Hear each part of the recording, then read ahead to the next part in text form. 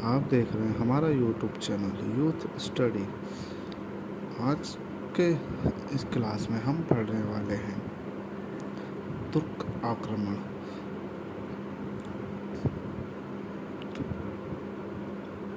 तुर्क आक्रमण उन दिनों भारत में कई छोटे बड़े राजा और सामंत थे।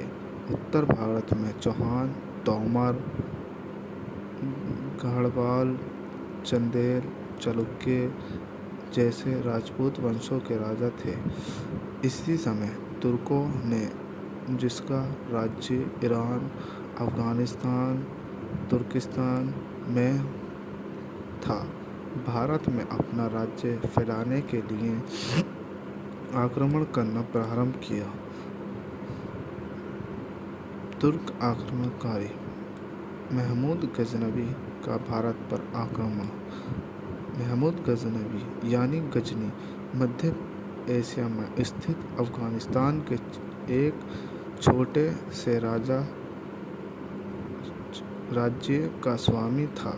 यह राज्य पैगंबर साहब के उत्तराधिकारियों या खलीफा के साम्राज्य से स्वतंत्र हो गए थे। इनके शासक सुल्तान कहलाए, इसलिए इन राज्यों को सल्तनत या सुल्तनत कहा गया।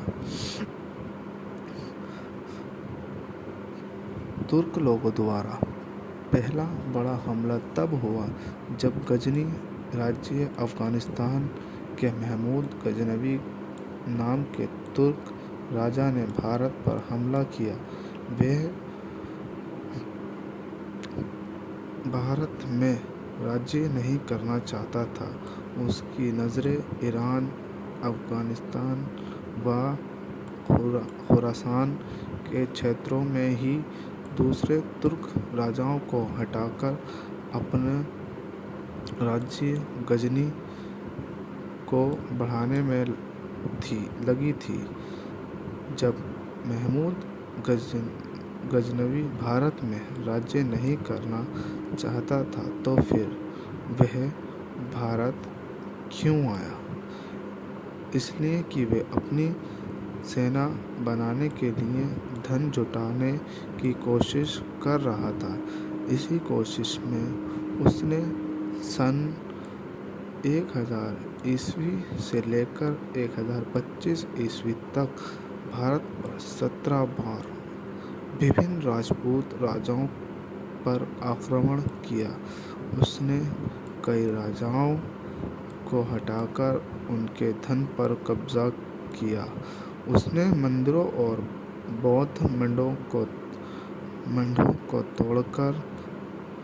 तोड़ा व लूटा, जिसमें बहुत धन दौलत इकट्ठी हुई थी। इसमें 1025 ईस्वी में सोमनाथ का मंदिर का आक्रमण सबसे प्रसिद्ध था। सोमनाथ मंदिर गुजरात के सौराष्ट्र क्षेत्र के केरावल में स्थित है। ये 12 ज्योतिर्लिंगों में से एक है। इस मंदिर को कई बार आक्रमणकारियों ने नुकसान पहुंचाया। आधुनिक मंदिर का निर्माण सरदार वल्लभ भाई पटेल के प्रयास से हुआ। भारत के प्रथम राष्ट्रपति राजेंद्र प्रसाद के हाथों 11 मई 1951 को ये ज्योतिर्लिंगों की स्थापना की गई।